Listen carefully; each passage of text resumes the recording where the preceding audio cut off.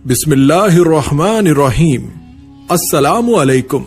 दरवेश टीवी के मुअज़्ज़िज़ ख़ातीन व हज़रात, जब हजरत नूह अलैहिस्सलाम कश्ती बना रहे थे तो एक मोमिना बूढ़ी खातून रोज अल्लाह के नबी के पास अपनी गठड़ी लेकर आती और कहती, ए अल्लाह के नबी, कब कश्ती रवाना होगी? हजरत नूह अलैहिस्सलाम फरमाते, अभी देर है। वो औरत शाम तक बैठी रहती और फिर उठकर घर चली जाती और अगले दिन फिर आ जाती। एक दिन हजरत नूह अलैहिस्सलाम ने फरमाया कि ए औरत, जब जाना हुआ तो तुम्हें बता दिया जाएगा। इस दौरान अजाब आ गया और कश्ती रवाना होगी, लेकिन हजरत नूह अलैहिस्सलाम ने उस औरत को न बुलाया। जाहिरी तौर पर नूह अलैहिस्सलाम को उसको बुलाना भुला दिया गया। तूफान ने पूरी दुनिया में हर तरफ तबाही मचा दी और जो भी उस कश्ती में मौजूद था बस वही जिंदा रहा। जब तूफान थम गया तो एक दिन हजरत नूह अलैहिस्सलाम के दिल में मोहब्बत उठी कि शहर को देखूं जहां से चला था। वहां आए और करीब जाकर देखा तो एक झोंपड़ी में दिया जल रहा था। हजरत नूह अलैहिस्सलाम ये देखकर चौंक गए कि रूए जमीन पर कोई ऐसा घर भी है कि इतने अजीम तूफान के बाद भी जिसमें चिराग जल रहा है। उन्होंने वहां तकबीर बुलंद की तो वो औरत सामान लेकर आ गई और कहने लगी कि या नबी अल्लाह, क्या कश्ती तैयार है, चले? हजरत नूह अलैहिस्सलाम ने हैरत से उसको देखा और फरमाया, रुको बुढ़िया, क्या तुम्हें कुछ भी पता नहीं चला? वो कहने लगी, या नबी अल्लाह, क्या नहीं पता चला? फरमाया, इतना बड़ा सैलाब आया, बारिश आई, तुम्हें कुछ भी पता नहीं चला?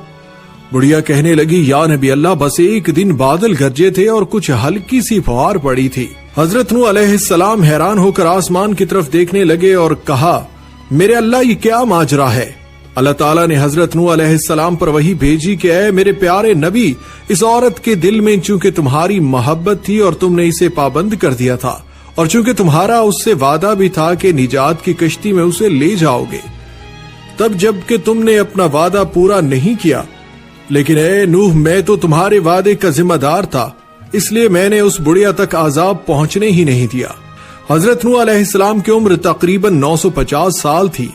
वो जिस झोंपड़ी में रहते थे वो इतनी छोटी थी कि जब आप सोते तो आधा जिस्म अंदर और आधा जिस्म बाहर होता। जब हजरत इस्राईल अलैहिस्सलाम रूह कब्ज करने आए तो पूछा, आपने इतने साल इस झोंपड़ी में गुजार दिए, आप चाहते तो अच्छा घर बना सकते थे। हजरत नूह अलैहिस्सलाम ने जवाब दिया, मैंने तुम्हारे इंतजार में इतना अरसा गुजार दिया। मुल्कुल मौत ने कहा, एक वक्त ऐसा भी आएगा जब लोगों की उम्रें 100 साल से भी कम होंगी और वो बड़े बड़े महल बनाएंगे। इस पर हजरत नूह अलैहिस्सलाम ने फरमाया, इतनी मुख्तसर जिंदगी, अगर मैं उस जमाने में होता तो अपना सर सजदे से ही ना उठाता। हजरत इब्ने अब्बास रज़ियल्लाहु अन्हु से मरवी है कि उस कश्ती की लंबाई 1200 गज और चौड़ाई 600 गज थी। हजरत सौरी रहमतुल्लाह अलैह फरमाते हैं कि हजरत नूह अलैहिस्सलाम को कश्ती के अंदरूनी और बैरूनी हिस्सों में तार कोल डामरा अच्छी तरह से मलने का हुक्म मिला था और हिदायत की गई थी कि कश्ती के सामने का हिस्सा बुलंदी को उठा हुआ हो ताकि वो पानी को चीर सके। इस कश्ती की ऊंचाई 30 गज थी और इसमें 3 मंजिलें थी। कश्ती के ऊपर एक ढक्कन था जिससे वो बंद कर दी जाती थी। गोया आज के जमाने के मुताबिक वो अजीम आबदोज थी। हजरत नूह कश्ती बनाने में मसरूफ थे। कौम के सरदार आपके पास से गुजरते तो हंसते, मजाक उड़ाते, पबतियां कसते, यहाँ तक कि कश्ती तैयार हो गई। और जब अजाब इलाही का वक्त आया तो अल्लाह ताला ने हुक्म दिया कि हर किस्म के जानवरों का एक एक जोड़ा उसमें रख लो और जो लोग ईमान लाए हैं उन्हें भी सवार कर लो। हजरत नूह ने अहकाम खुदाबंदी के मुताबिक सबको सवार कर लिया और इबादत इलाही में मसरूफ हो गए। आखिरकार तूफान के आसार जाहिर होने लगे और देखते ही देखते जमीन के हर गोशे से पानी उबलने लगा, चय को बहा कर ले जाने के दर पे थी।